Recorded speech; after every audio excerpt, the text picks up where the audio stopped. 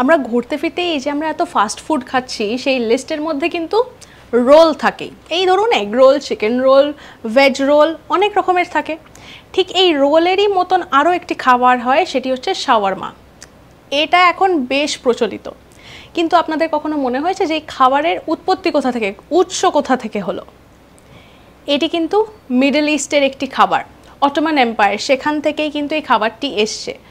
এবং শাওয়ারমা এই কথাটি ওপর যদি আমরা একটু স্ট্রেস দিই বা একটু ভালো করে দেখি, তাহলে এর মানে দাঁড়াচ্ছে কিছু ঘোরানো। কারণ এই খাবারের পদ্ধতি যেভাবে বানানো হচ্ছে, আমরা কি দেখছি না, মাংসটিকে শিকের ওপর রেখে সেগুলিকে কাবাবের মতন করে রান্না করা হচ্ছে, তারপর সেখান থেকে মাংসের পিসগুলিকে কেটে কেটে রোলটি পুরো বানানো হচ্ছে।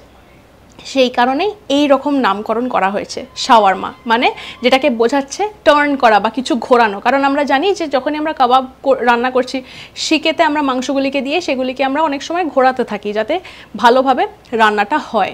এই কারণে এই নামকরণ। এরকম নানা আপডেটস রয়েছে আপনাদের জন্য, তাই লাইক, শেয়ার, সাবস্ক্রাইব করুন এবং সঙ্গে রাখুন আজ তাক বাংলাকে।